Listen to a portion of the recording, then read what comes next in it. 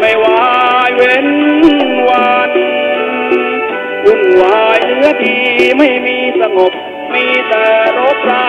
ฆ่าฟันอายุคงสั้นเข้าไปทุกทีขอยุทธธรรมะบวชพระดีกว่าหาทางสงบใจตัดโลกลงไปไม่ขอใยดีดังพุทธองค์ท่านทิ้งสมบัติถูกแพ้แน่ชัดตัดใจหนีขอบวชอีกทีหาที่สงบใจบวชให้พ่อแม่ให้แด่ผู้มีพระคุณที่ป้าน้าอาทำบุญขอขอบคุณบวชยกบุญให้อย่าคิดว่าผมเป็นชายสามโบสถ์ให้บวชหนีใครบวชถึงพระไตรเพื่อความสุขล้ำ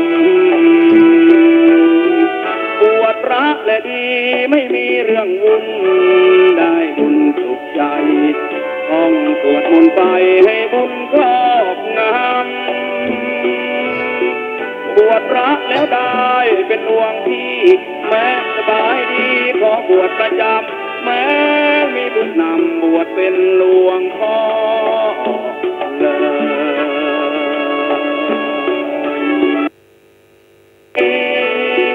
ดังพุทธองค์ท่านทิ้งสมบัติสุขแท้แน่ชัดตัดใจนี้ขอบวชอีกทีหาที่สงบใจบวชให้พ่อแม่ให้แด่ผู้มีพระคุณที่ป้าน้าอาทำบุญขอขอบคุณบวชยกบุญให้อย่าคิดว่าผมเป็นชายสามโบสถ์ให้บวชมีใครบวชถึงพระไตรเพื่อความสุขล้ำบวชพระและดีไม่มีเรื่องวุ่นได้บุญสุขใจยุทธธรรมะบวชพระดีกว่าหาทางสงบใจตัดโลภลงไปไม่ขอใยดีอันชาติใดไว้รักสมัครสมานจะทำการสิ่งใดย่อมไร้ผลแม้ชาติย่อยยับอับจนบุคคลจะสุขอยู่อย่างไรสมานสามัคคีฮือดีอยู่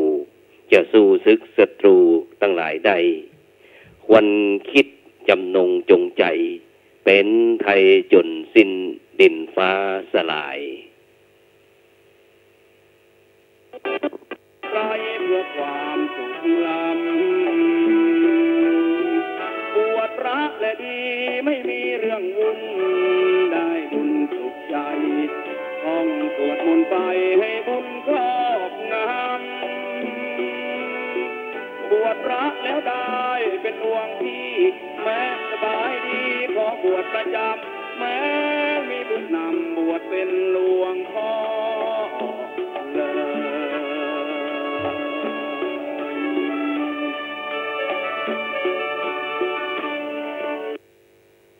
ขอเจริญสุขสวัสดีกับบรรดาท่านผู้ฟังทั้งหลายที่กำลังรับฟังสถานีวิทยุพระพุทธศาสนาคลื่น 104.50 เมกะเฮิรตซ์ซึ่งในค่ำคืนนี้ก็พบกันในคืนวันอาทิตย์ที่4เดือนกุมภาพันธ์ปีพุทธศักราช 2561ซึ่งก็เป็นประจำทุกคืนวันเสาร์วันอาทิตย์เวลาดีๆหลังจากข่าวตั้งพระราชสำนักเสร็จร้อยแล้วก็จะพบกับรายการส่องธรรมซึ่งดำเนินรายการโดยอัตมาภาพพระครูโสพลปริยัติผู้ช่วยเจ้าอาวาสวัดพระสิงห์วรมหาวิหารเลขานุการรองเจ้าคณะจังหวัดเชียงใหม่ที่ได้นำนาสาระธรรมะขององค์พระสัมมาสัมพุทธเจ้ามามาจามามากล่าวกับบรรดาท่านผู้ฟังทั้งหลายตั้งคลื่น 104.50 เมกะเฮิรตซ์เป็นประจำซึ่งในวันนี้ก็กำลังเดินทางกับมาถึงเมืองเชียงใหม่เมื่อเวลาประมาณสัก 6 โมงเพราะว่าเดินทางมาจากนครหลวงเวียงจันทร์ได้เดินทางไปปฏิบัติศาสนกิจกับคณะศรัทธาวัดพระสิงห์ยูเคหรือว่าวัดพระสิงห์ประเทศอังกฤษในสาขาของวัดพระสิงห์วรมหาวิหารที่คณะศรัทธาญาติโยมพี่น้องตึงชาวไทยแล้วก็ต่างประเทศตึงชาวอังกฤษผ่องตึงชาวลาวตึงชาวเขมรตึงพม่าพร้อมตึงพี่น้องคนไทยที่นับถือพระพุทธศาสนาแล้วก็ได้เดินทางร่วมกับคณะสงฆ์คณะศรัทธาวัดพระสิงห์ยูเคที่เดินทางไปร่วมบุญร่วมกุศลที่ประเทศลาวตั้งแต่วันที่25มกราคมจนถึงวันที่4กุมภาพันธ์ก็เป็นเวลากับ11วันบรรดาท่านผู้ฟังทั้งหลายซึ่งก็ได้เดินทางร่วมตานพระป่าพ่องมอบอุปกรณ์กีฬาพร้อมถึงปัจจัยส่วนหนึ่งในคือกับโรงเรียนต่างๆซึ่งได้ชื่อว่าอันไปต่างประเทศแต่ก็เลาะข้างๆกับน้ำโขงซึ่งน้ำโขงบ่เคยขวางกั้น ซึ่งระหว่างประเทศลาวนะครับประเทศไทยนะตั้งแต่เหนือนะจดใต้นะตั้งแต่วันที่25มกราคมนั้นก็เดินทางออกเมืองเชียงใหม่ไปต่อเรือบิน เรือเหาะนะที่สุวรรณภูมินะเสร็จเรียบร้อยก็มุ่งตรงไปนครหลวงเวียงจันทร์นะนครหลวงเวียงจันทร์แล้วก็เข้าสู่ที่พักแล้วก็ตอนเช้าก็วันที่26ก็เดินทางขึ้นสู่ตั้งภาคเหนือนะตั้งตอนเหนือของประเทศลาวสปป.ลาวนะซึ่งก็ตรงข้ามอยู่ช่วงในแถวจังหวัดเลยหรือว่าจังหวัดอุตรดิตถ์นะก็คือเมืองปากลายนะเมืองปากลายนั้นก็ได้ไปร่วมมอบอุปกรณ์กีฬานะมีลูกบาส ลูกเตะมาตะก้อพร้อมดึงสมุดดินสอพร้อมดึงปัจจัยนะที่คงเฮียนอย่างก็สีสะอาดอีกนะแม่นน่าจะแม่นนะโรงเรียนสีสว่างวัด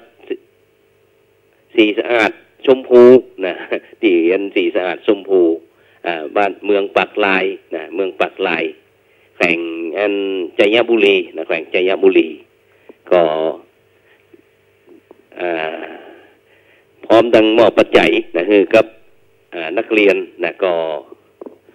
ประมาณไปก็เป็น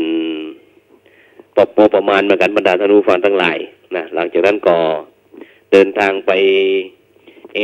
นะเยี่ยมเยียนนะวัดศรีสว่างวงนะซึ่งก็เป็นบ้านปีเมืองน้องนะซึ่งก็โดยเฉพาะได้รับความอนุเคราะห์นะจากผู้รักผู้ใหญ่นะจากสปป.ลาวสิ่งโดยเฉพาะมีท่านทูตเอกอัครทูตนะประเทศลาวนะประจำสหรัฐอาณาจักรหรือว่าประจำประเทศอังกฤษนะเพิ่นก็ได้เดินทางนะอำนวยความสะดวกนะพร้อมทั้งได้มีทางเจ้าหน้าที่นะคอย ดูแลความสะดวกสบายตลอดสายต่างนะก็ไปพักที่วัด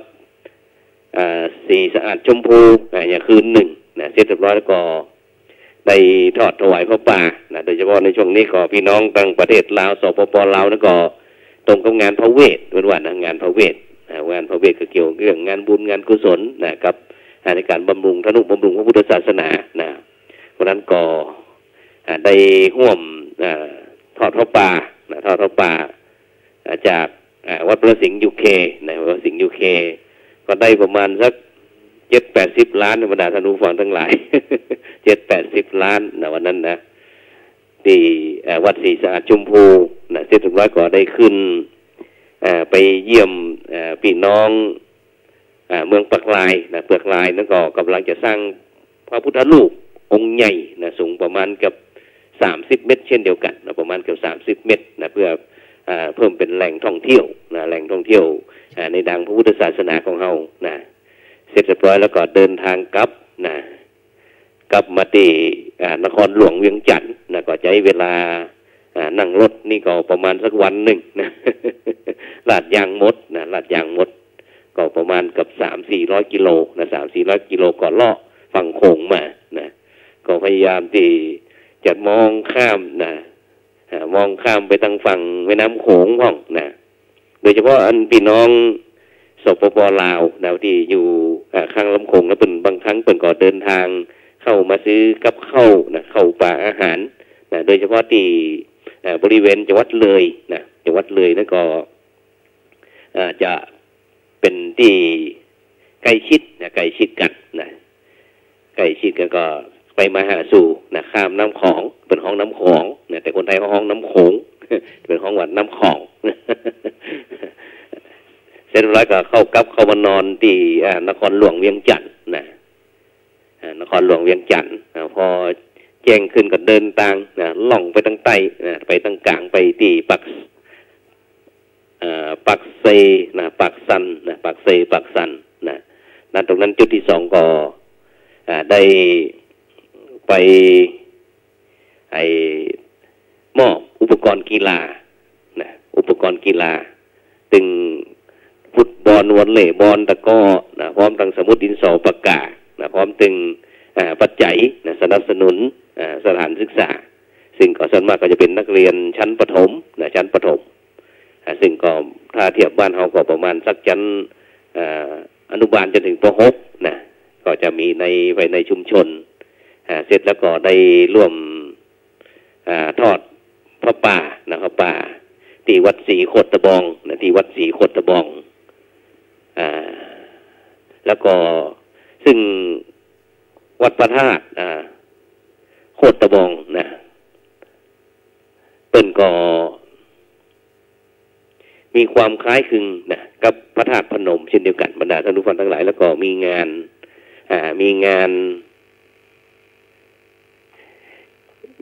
ตรงกับพระธาตุพนมนะพระธาตุพนมของประเทศไทยเฮาเช่นเดียวกันซึ่งก็มีพี่น้องตั้งแถวนั้นก็ตะแขกนะเพิ่นก็ตะแขกปักเซนะตะแขกปักเซเพิ่นก็ปากันนั้นไปสักการะนะที่พระธาตุพนมเช่นเดียวกันนะซึ่งก็ได้มอบอุปกรณ์เครื่องกีฬานะที่โรงเรียนบ้านเชียงแลนะเมืองแขกพร้อมตึงร่วมบริจาคปัจจัยนะประมาณเป็นเงินไทยก็ประมาณ 3-4 หมื่นเช่นเดียวกันนะ 3-4 หมื่นนะ 3-4 หมื่นบาทนะเพื่อการศึกษาของเราอ่อนน้อยแล้วก็พร้อมตึงบริจาคเครื่องทำน้ำดื่มนะแห่ง 36,000 บาทนะซึ่งตลอดงานก็มีท่านทูตชัยการนะศรีสุวงศ์นะเอกอัครทูตลาวนะประจำประเทศอังกฤษหรือว่าสหราชอาณาจักรนะในเป็นตึงไกด์เป็นตึงล่าม เพราะว่าจะต้องมีตึงฝรั่งนะแล้วก็มีพี่น้องลาวพี่น้องไทยนะถ้าพี่น้องลาวพี่น้องไทยนั้นก็ว้าวอู้กันได้สบายอู้กันได้สบายนะแต่ต้องแปลเป็นภาษาอังกฤษด้วยนะเพื่อที่พี่น้องที่เดินทางมาจากประสิงห์ UK ที่เดินทางประเทศอังกฤษมาเพิ่นก็จะได้รู้ถึงวัตถุประสงค์นะซึ่งตลอดงานนั้นก็ได้ร่วมกันบริจาคช่วยเป็นกำลังใจให้ละอ่อนน้อยนะเป็นห้องละอ่อนน้อยนะเด็กน้อยละอ่อนน้อยนะซึ่งก็น่าอีดูน่าสงสารหลังจากนั้นก็ในวันต่อไปก็เดินทางไปที่พระธาตุโคตะบองนะโคตะบองนี่แขวงคำม่วนนะคำม่วนจำปาไปนครจำปาสักนครจำปาสักเมืองหลวงจำปาสักปักเซนะปักเซปักสันนะซึ่งก็ได้ไปร่วมบริจาคตึงอุปกรณ์กีฬาแล้วก็ทอดถวายพระป่านะซึ่งแต่ละที่นั้นก็ประมาณสัก70 กว่าล้าน80 กว่าล้านนะอย่างที่แขวงคำม่วนนะแขวงคำม่วนนั่นก็ทอดพระป่าที่ปักเซนะวัดป่าธรรมะขวงสุวรรณารามขวงแก้วสุวรรณารามนี่ก็ได้70 กว่าล้านนะ70 กว่าล้านเช่นเดียวกันนะส่วนที่ปักโคตะบองวัดโคตะบองนั้นก็ได้ประมาณ82 ล้านนะ82 ล้านนะฉะนั้นก็รวมความแล้วก็ไปถึง3 วันนี่ก็3 สถานที่นี่ก็ใช้เงินไปประมาณเกือบ300 ล้านบรรดาท่านผู้ฟังทั้งหลาย 300 ล้านไปร่วมช่วยยังสถานศึกษาละอ่อนน้อยนะละอ่อนน้อยซึ่งอยากจะคือกบรรดาท่านผู้ฟังทั้งหลายได้ฟังว่าในสถานศึกษาว่าโรงเรียนละอ่อนน้อยนะที่พี่น้องประเทศลาวนั้นก็โอ้โห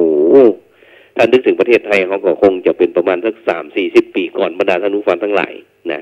สนามกีฬาก็บ่มีนะแล้วก็ห้องน้ำนี่ต้องถึงละนะห้องน้ำห้องส้วมนะแล้วก็ห้องเรียนนี่นะซึ่ง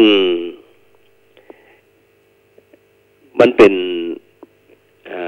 โอกาสนะที่พี่น้องลาวนะที่สมัยก่อนนั้นบ้านเมืองบ่ค่อยสงบนะเพิ่นก็ได้พากันอพยพไปประเทศที่3หลังจากนั้นเมื่อเกือบ40 ปีก่อนนะเพิ่นก็ได้ไป เป็นคณะสัทธานะวัดพระสิงห์ยูเคนะที่เมืองแมนเชสเตอร์นะในประเทศอังกฤษกันนะประมาณกับหลายพันเช่นเดียวกันนะเปิ้นก็ได้คิดนะถึงบ้านเกิดเมืองนอนนะบ้านเกิดเมืองนอนของเปิ้นนะเมื่อสมัยก่อนนั้นก็การปกครองของพี่น้องสปลาวนั้นก็อย่างที่ท่านทั้งหลายรู้กันนะ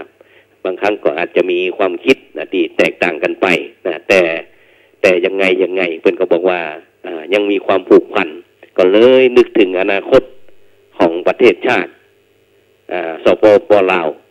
ก็ได้ร่วมกับคณะศรัทธานะวัดพระสิงห์ยูเคเดินทางกลับมานะซึ่งก็ได้ครับ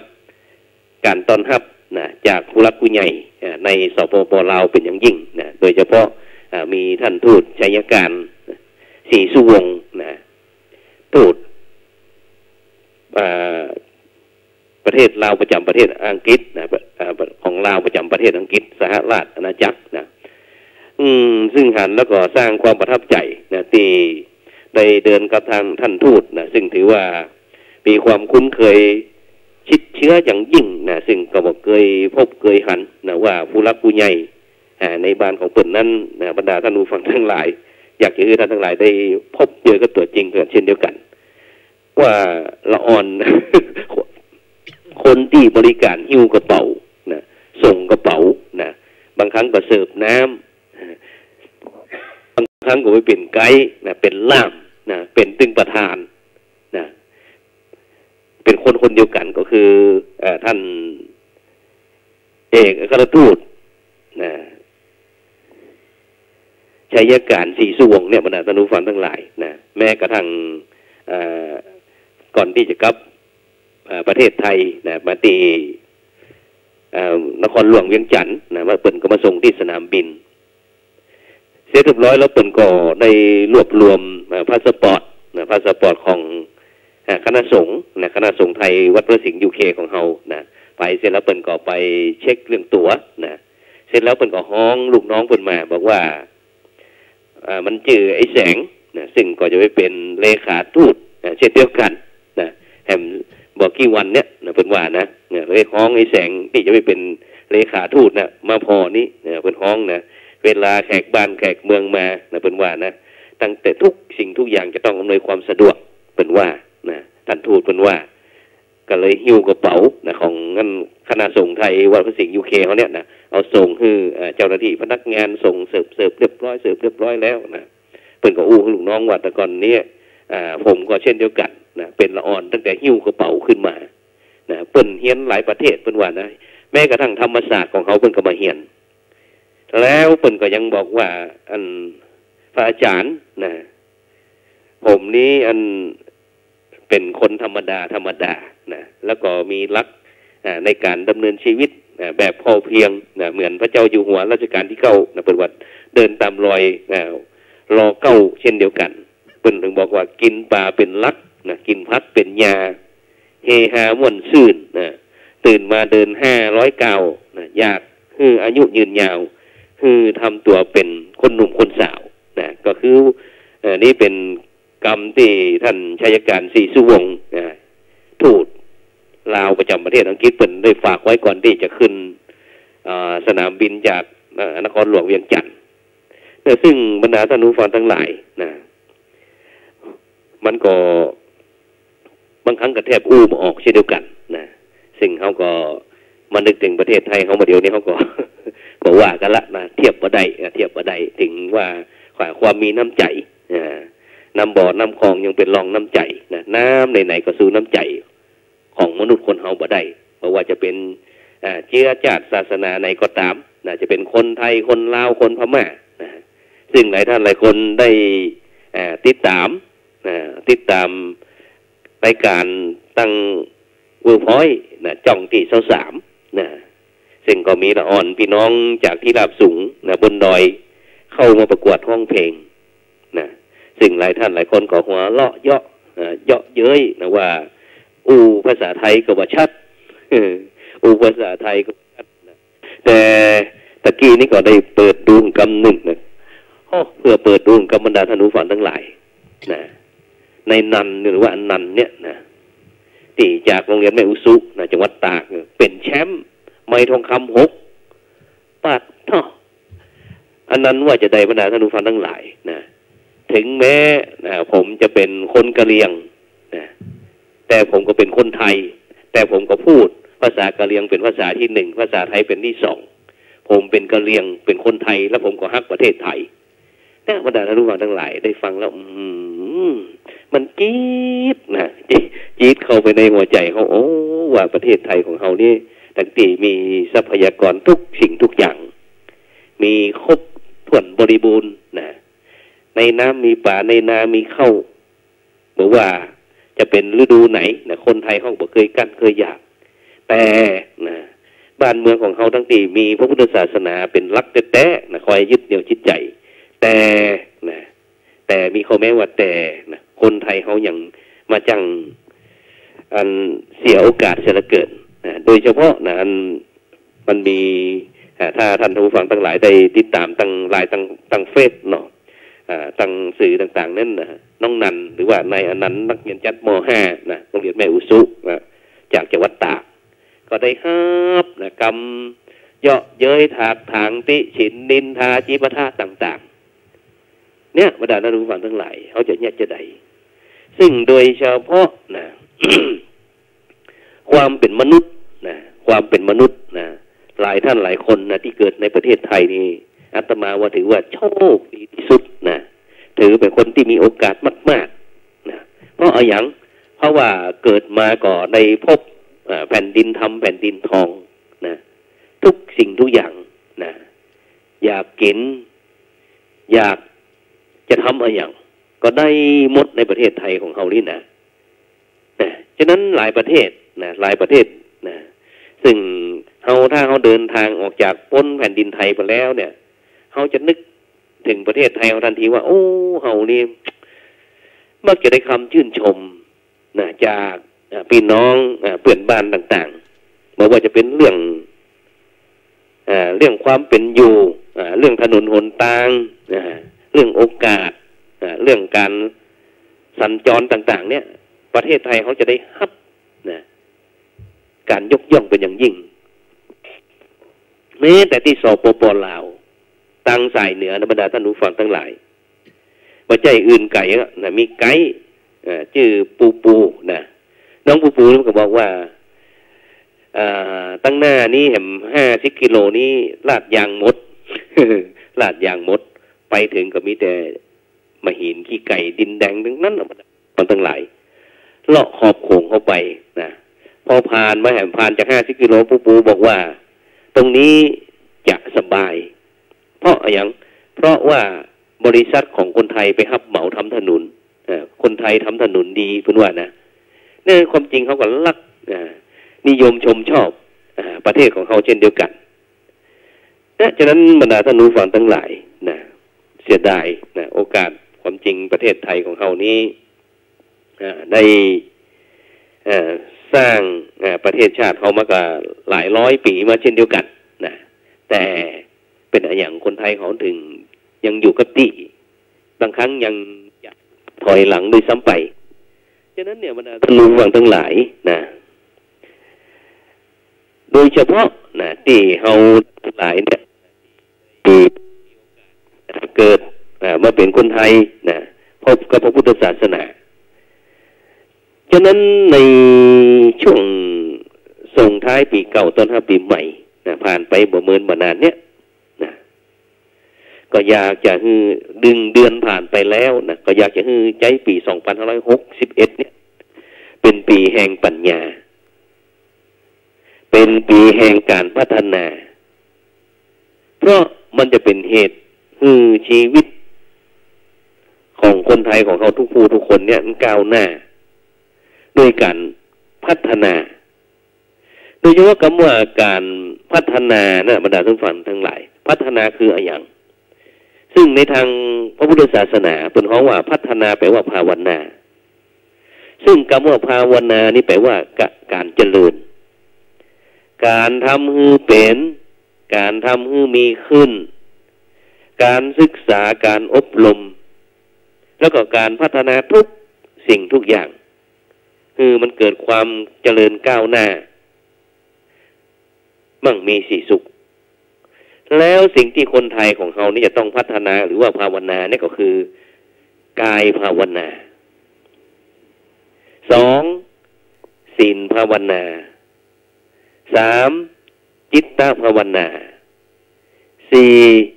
ปัญญาภาวนา กายภาวนาหรือกายพัฒนาจะกายภาวนามันคืออะไรอย่างก็คือการพัฒนากาย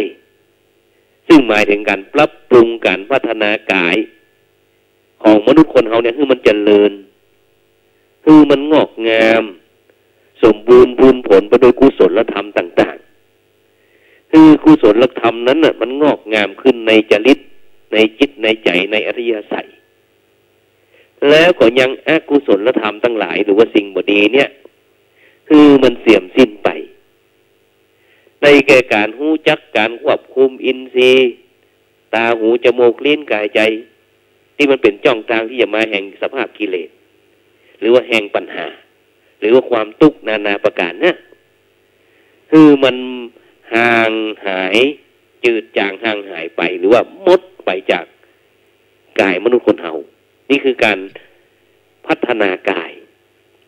ศีลภาวนาก็คือการพัฒนาเรื่องศีลหรือว่าศีล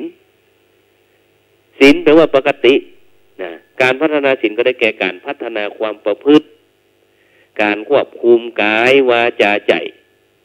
คืออยู่ในกรอบคืออยู่ในกฎคืออยู่ในระเบียบคืออยู่ในกฎกติกาบ้านเมืองคืออยู่ในจารีตประเพณีบ่ฮือผิดศีลบ่ฮือผิดธรรมคือมุ่งเกื้อกูลส่งเสริมสนับสนุนคนไทยด้วยกันบ่ฮือเบียดเบียนซึ่งกันและกันคือฮักกันเหมือนพี่ดีกันเหมือนน้องปรองดองกันเหมือนญาตินี่คือศีลภาวนาหรือการพัฒนาเรื่องศีลจิตตภาวนาก็คือการพัฒนาจิตการพัฒนาจิตจะใดก็คือการฝึกอบรมจิตของคนเฮาเนี่ยคือมันเกิดความเข้มแข็งเนี่ยคือมันมีความมั่นคงบ่คือมันเอ็นเอียงสั่นคลอนแต่ต้องให้มันหนักแน่นเหมือนกับพระสงฆ์สังฆเจ้าประกอบตัดลูกนิมิตเนี่ยบรรดาท่านผู้ฟังทั้งหลายกดเอามีดจดหวายนะที่หับลูกนิมิตเป้าเนี่ยหล่นไปตุ๊บอยู่ที่หลุมเหมือนเดิมนักแน่นเหมือนกับลูกนิมิตตกไปเพราะจิตใจของคนเฮานั้นเนี่ยบรรดาท่านผู้ฟังทั้งหลายถ้าบ่ฝึกบ่ฝนก็จะกลายเป็นจิตที่อ่อนแอเป็นจิตที่อ่อนไหวเป็นจิตที่ควบคุมได้ยากนะอย่างที่ข่าวหลานบ่าวติดยาเสพติดยาบ้าที่จังหวัดสุพรรณบุรีบรรดาท่านผู้ฟังทั้งหลายเป็นลูกแม่พิมพ์ของชาตินะเอาไปบำบัดก็ได้เอาไปให้โอกาสจะได้ก็ได้ปรับปรุงเปลี่ยนแปลงจะได้ก็ได้กลับมาแม่อุตสาห์บ่ฮือทำการทำงานซื้อหมูมาเลี้ยงคือเพื่อจะเลี้ยงหมูบ่เลี้ยงหมูก็บ่เป็นอย่างแม่เลี้ยงแฮมนะตั้งที่เป็นครูด้วยเสร็จแล้วทีนี้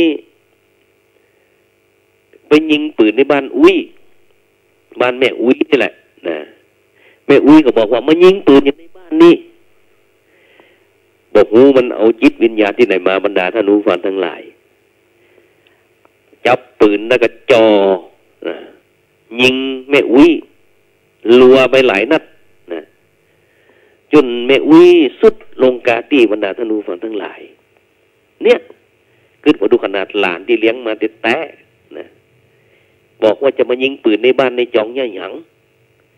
เสร็จแล้วมันควบคุมเนี่ยจิตใจของมันบ่ได้มันมีปืนมันก็กล้าปืนมันมีมีดก็กล้ามีด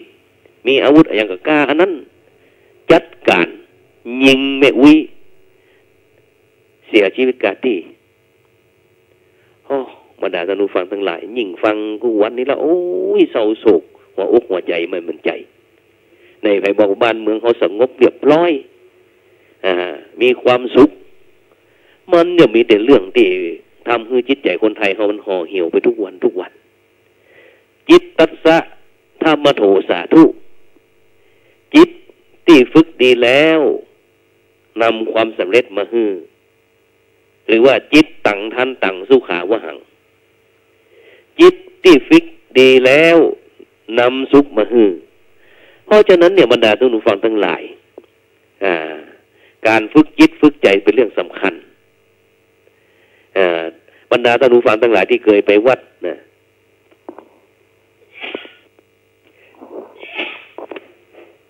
เจอตุลุงตุอาวนะพระสงฆ์องค์เนนนะเวลาไหว้พระสมาทานศีลนะทำบุญตักบาตรเรียบร้อยแล้วนะพออาจารย์หรือว่าพระคุณเจ้าตุลุงตุอาวหรือว่าครูบาก็จะปาเขาท่านทั้งหลายเนี่ยนะศรัทธาญาติโยมทั้งหลายนะปากันสงบจิตสงบใจสัก1 นาทีเด้อนะกำหนดลมหายใจเข้าออกหายใจยาวหายใจยาวหายใจออกยาวหายใจเข้ายาวนะโดยกำหนดหายใจเข้าพุทหายใจออกโทพุทโธพุทโธอย่างนี้ไปเรื่อยนะตรุงก็จะบอก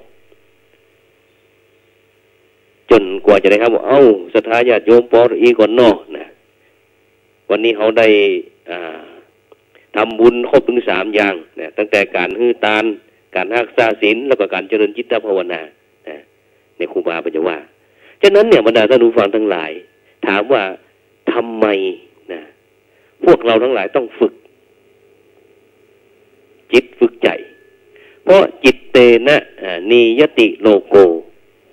โลกอันจิตย่อมนำไปนะฉะนั้นท่านทั้งหลายจิตก็ดีโลกก็ดีเป็นสิ่งที่มีความสัมพันธ์เกี่ยวข้องเกี่ยวเนื่องกันอยู่ตลอดเวลาอย่างเป็นสิ่งที่บดีก็มักจะถูกดึงลงไปเกี่ยวข้องแล้วก็ดึงลงไปในสถานะที่ต่ำซึ่งเขาจะต้องจักนำขึ้นสู่ที่สุขฉะนั้นก็ได้แก่การปฏิบัติฉะนั้นคำว่าปฏิบัติก็คือการขัดแย้งโต้ต้านบ่ยอมเป็นไปตามอำนาจหรือว่ากระแสกิเลสนั้นๆคือจิตของเขาเนี่ยมันเกิดความงอกงามอำนวยอวยผลโดยคุณธรรมตั้งหลายยกตัวอย่างมีความเมตตามีความกรุณามีความขยันหมั่นเพียรมีความอดทนอดกั้นเป็นต้นเพราะฉะนั้นคนที่ฝึกจิตแล้วก็จะเป็นบุคคลที่ยิ้มได้เมื่อภัยมาบอโศกาเมื่อทุกข์มียิ้มได้เมื่อถูกย่อหัวเราะเมื่อถูกเย้ยวางเฉยเมื่อถูกชมเป็นคนนี่มันต้องบอกหลงกระแสของโลกบอกเต้นไปตามกระแสของโลกเพราะอำนาจที่เขาท่านทั้งหลายเข้าถึงธรรมเนี่ยรู้ถึงจะความเป็นจริงของทุกชีวิตทุกสิ่งทุกอย่างนะแล้วก็สุดท้ายก็คือปัญญาภาวนาก็คือเรื่องการพัฒนาปัญญาซึ่งก็ได้แก่การพัฒนาความคิดคือเข้าใจในสิ่งตั้งหลายตามความเป็นจริงนะก็คือรู้หลักนะหลักก็คือมีความรู้นะที่สังคมยอมรับไม่ว่ากลุ่มตัวเอง3-4 คนยอมรับแต่คนเป็น100เป็นพันเป็นหมื่นเป็นแสนมายอมรับเนี่ยบ่ได้จะต้องเอาที่สังคมยอมรับเพราะมนุษย์ของเขาเป็นสัตว์สังคมเป็นมนุษย์สังคมจะต้องอยู่ร่วมกันให้รู้หลักแล้วก็รู้รอบนะรู้รอบก็คือมีความรู้หลากหลายสำหรับไว้แก้ปัญหานะไม่ใช่ว่ามีคนที่มีความคิดต่างแล้วบอกว่าเป็นบ่ดีมันบ่แม่นฉะนั้นเรามีความคิดที่แตกต่างกันสามารถอยู่ร่วมกันได้แต่เพราะเรารู้สิ่งที่สังคมยอมรับแล้วก็นอกจากที่รู้หลักรู้รอบแล้วก็ให้รู้ลึกซึ้งนะหูจักหูจริงหูแจงหูแต่แล้วก็ที่สุดท้ายก็คือให้รู้ละหูจักสาระละวางในสิ่งที่ตนเข้าไปยึดมั่นถือมั่นคือรู้ทุกสิ่งทุกอย่างเป็นไปตามอำนาจของไตรลักษณ์ก็คืออนิจจังความบ่เที่ยงทุกขังทนอยู่บ่ได้อนัตตาความบ่เป็นไปตามอำนาจบ่มีตัวมีตนเมื่อเฮาท่านทั้งหลายเจ้าพูดของเฮาหูเต้าหูตันตามความเป็นจริงแล้ว ว่าทุกสิ่งทุกอย่างมันเป็นอนิจจังบ่เที่ยงแล้วก็จะได้เกิดความเบื่อหน่ายเกิดคลายวางลงปลงได้นะบ่ยึดมั่นถือมั่นอันเป็นที่มาแห่งความทุกข์ทั้งหลายทุกข์มีเพราะยึดทุกข์ยืดเพราะอยากทุกข์มากก็เพราะพลอยทุกข์น้อยก็เพราะยึดทุกข์หลุดก็เพราะปล่อยเพราะฉะนั้นบรรดาท่านรู้ฟังทั้งหลายในขณะนี้ท่านทั้งหลายก็กำลังรับฟังรายการส่องธรรมซึ่งดำเนินรายการโดยอาตมาภาพพระครูโสพลปริยัติผู้ช่วยเจ้าอาวาสวัดพระสิงห์วรมหาวิหารที่ได้นำนานาสาระธรรมะขององค์พระสัมมาสัมพุทธเจ้ามามาจ่ามามากล่าวกับบรรดาท่านผู้ฟังทั้งหลายนะเนื่องจากวันนี้เวลาก็ใกล้จะหมดแล้วในช่วงสุดท้ายนี้ก็ได้นำข่าวมาประชาสัมพันธ์กล่าวคือกับบรรดาท่านผู้ฟังทั้งหลายนะอนุโมทนากับท่านศรัทธาญาติโยมทั้งหลายนะแม้แต่สมณศรัทธา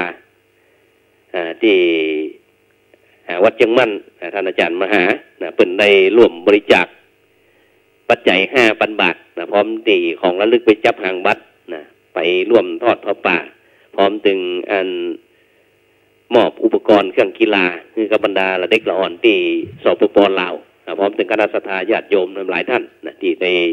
ร่วมบริจาคไปก็ขออนุโมทนาขอบคุณ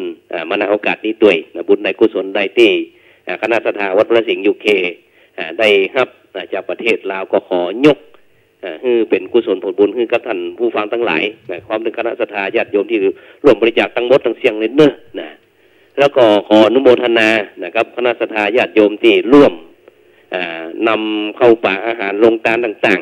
ๆมาร่วมวันสามเณรนะเมื่อวันที่30มกราคมที่ผ่านมานะซึ่งตัวอาตมาภาพนะเองก็บ่ได้อยู่นะเพราะเดินทางไปที่สปป.ลาวนะแต่วันที่25แล้วก็อนุโมทนานะครับคณะศรัทธาญาติโยมที่ในนำเข้าป่าอาหารพร้อมถึงพระสังฆเจ้าสมณศรัทธามหาบุรุษศรัทธานะที่นำภัตตาหารเพลไปถวายแก่บรรดาภิกษุหนุ่มสามเณรน้อยนะที่อบรมบาลีก่อนสอบที่วัดดอยสัพพัญญูนะตำบลดอนเปาอำเภอแม่วางจังหวัดเชียงใหม่ที่ผ่านมานะเพราะว่าจะสอบวันที่11 กุมภาพันธ์ที่จะถึงเมื่อกี้วันเนี้ยนะตะกี้มาก็คือลูกเนนที่วัดพระสิงห์นี่ก็ทำปัญหาเช่นเดียวกันนะแล้วก็ในวันที่11นะวันที่11นี้ก็จะมีงานพระราชทานเพลิงศพนะครูบาวัดบวกคกน้อยนะครูบาวัดบวกคกน้อยนะฉะนั้นก็ประชาสัมพันธ์กล่าวคือกับบรรดาคณะศรัทธาญาติโยมทั้งหลายนะได้ไปร่วมพิธีพระราชทานเพลิงศพท่านอาจารย์พระมหาทองสุขนะอดีตเจ้าอาวาสวัดบกคกน้อยนะในวันที่11 กุมภาพันธ์นะก็เวลาบ่ายโมงเป็นต้นไปนะที่วัดบกคกน้อยนะฉะนั้นก็วันนี้เวลาหมดเวลาก็ขอนำรายการจากบรรดาท่านผู้ฟังไปก่อนนะเพราะว่าวันนี้ก็ยังติดชาร์จอัดเชยอยู่นะเพราะว่าตลอด10 วันเต็มบรรดาท่านผู้ฟังทั้งหลายนะฉะนั้นก็บุญใดกุศลใดที่ท่านทั้งหลายปรารถนาสิ่งหนึ่งประการใดนะอันเป็นไปโดยชอบประกอบด้วยธรรมะนะบ่ผิดศีลบ่ผิดธรรมบ่ผิดจารีตประเพณีก็ขอคือสิ่งเหล่านั้นพันสำเร็จสำหรับวันนี้ขอกล่าวว่าธรรมะสวัสดีขอเจริญพรโลกนี้ไม่มีอะไรแน่พันแปรเรื่อยไปลำบากยากใจไม่วายเว้นวันวุ่นวายเหลือดีไม่มีสงบมีแต่รบราฆ่าฟันอายุคงสั้นเข้า